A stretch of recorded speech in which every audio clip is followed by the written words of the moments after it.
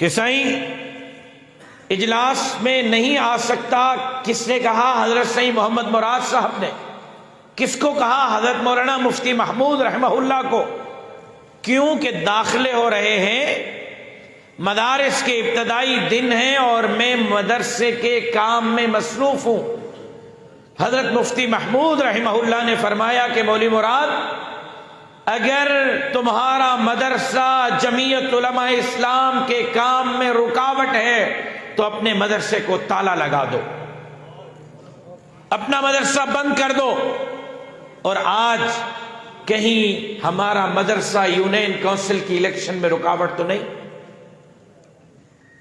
کہیں ہمارے ایک استاذ کی تنخواہ ہمارے ایم این اے اور ایم پی اے کے الیکشن لڑنے میں رکاوٹ تو نہیں؟ کہ اس وڈیرے سے مجھے گندم آتی ہے، اس وڈیرے سے مجھے آٹا آتا ہے، چاول آتے ہیں، اس خان نواب اور سردار سے ماہوار مسجد کے امام کی تنخواہ آتی ہے، اگر میں اسی کے مقابلے میں کھڑا رہوں گا تو پھر مجھے نتائج کیا ملیں گے؟ کل تو آپ ایک اجلاس کے لیے مفتی محمود کہتے ہیں کہ نہیں آ سکتے ہو تو مدرسے کو تالا لگا دو، اور اگر وہی مدرسہ، وہی مسجد اور وہی تنخواہ ہمارے جماعت کے راستے میں رکاوٹ بن جائے تو ہمیں بتائیں کہ ہمیں کیا کرنا چاہیے. عزیز طلبہ، ہمیں اس بات کو سیکھنے کی ضرورت ہے کہ جمعیت علماء کیوں معرض وجود میں آئی. آج بہت سارے میرے عزیز طلبہ یہاں موجود ہیں. میں اپنے بھائی جان، وہ دوستوں میرے، میں آپ حضرات سے مخاطب ہوں.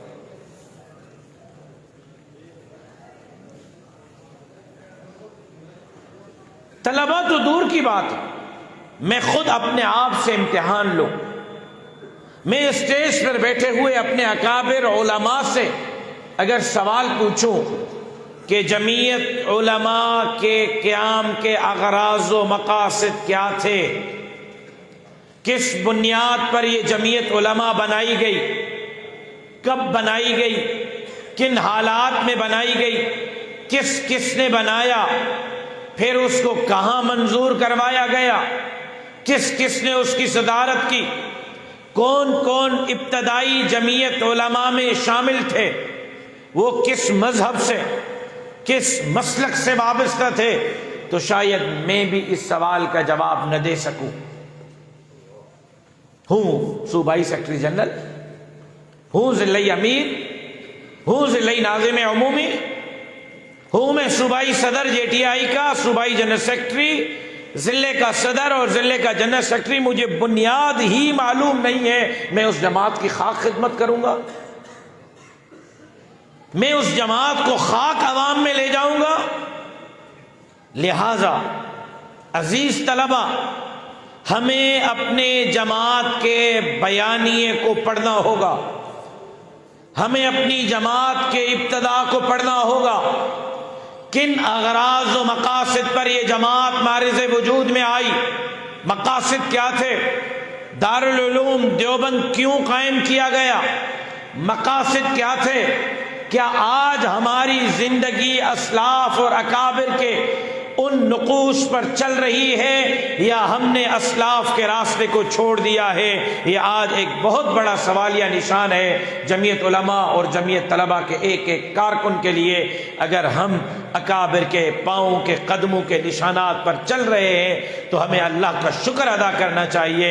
لیکن اگر آج ہم نے صرف اکابر کا لبادہ لے لیا، اکابر کا لباس لے لیا، اکابر کی جماعت لے لی، اکابر کے عہدے لے لیے، اور آج بھی ہمارا طرز عمل وہی ہے جو قوانین، وڈیروں، نوابوں، سرداروں، لبرل اور سیکولر جماعتوں کا ہے، تو ہم اپنے اکابر کی حقیقی جانشی نہیں کر رہے بلکہ ان کے ساتھ دشمنی کر رہے ہیں. کل قیامت کے دن ہم اپنے اکابر اور اسلاف کے سامنے جوابدار کے طور پر کھڑے ہوئے ہوں گے.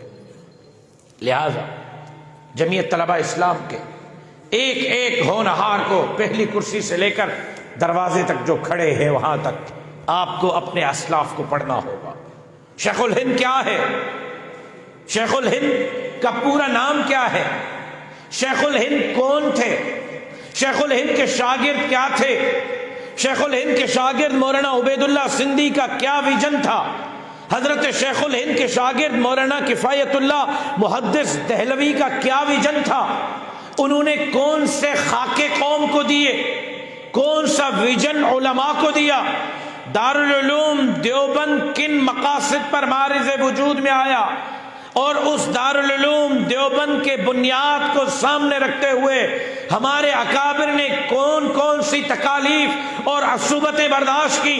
آج ہم ایک وڈیرے کے سامنے صرف اس لیے نہیں آ سکتے کہ یہ میرے مدرسے کی تنخواہ بند کر لے گا، میرے مسجد کی تنخواہ بند کر لے گا۔ کیا ہمارے اکابر نے اپنے مشن کو پروان چڑھانے کے لیے برف کے سلبوں پر لیٹنا برداشت نہیں کیا؟ کیا ہمارے اکابر اور اسلاف نے کانٹوں کی سیجوں کو برداشت نہیں کیا؟ کیا جیل قید و بند برداشت نہیں کیے؟ میں حضرت نانوتوی سے شروع کروں تو مجھے 5 گھنٹے چاہیے۔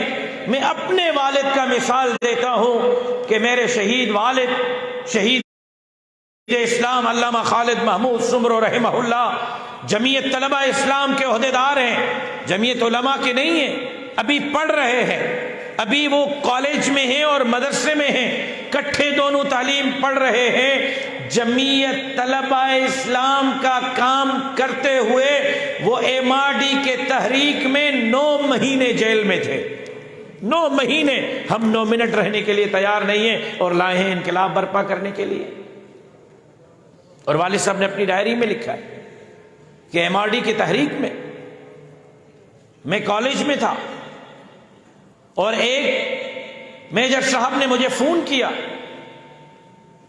کالج کے نمبر پہ، اس وقت موبائل نہیں تھے، پی ڈی سی ایل پر فون آیا، میں نے فون اٹھایا، کہتے خالد محمود بول رہے ہو؟ میں نے کہا بول رہا ہوں۔ کہتے یہ بات کرو۔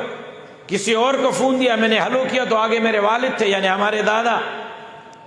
میں نے کہا ابو آپ کہاں ہیں؟ کہتے ہیں فوجی اٹھا کر لائے ہیں جنرل ضیاء کے گماشتے۔ بھائی کیوں لائے ہیں ابا آپ کو؟ کہا کہ اپنے بیٹے کو سمجھاؤ۔ فوراً وہ میجر صاحب نے فون لے لیا، کہتے ڈاکٹر صاحب بات سنو، تم ہماری بات نہیں سنتے ہو، اپنے باپ کی سن لو، اپنی باپ کی مان لو، یہ بیروی کو چھوڑ دو، یہ مفتی محمود اور فضل الرحمان کو چھوڑ دو، خاموشی سے بیٹھو، اپنے پرچے دو، اپنے امتحانات دو، پڑھو، اچھے ڈاکٹر بنو۔ یہ کیا سیاسی چکروں میں لگے ہوئے ہو؟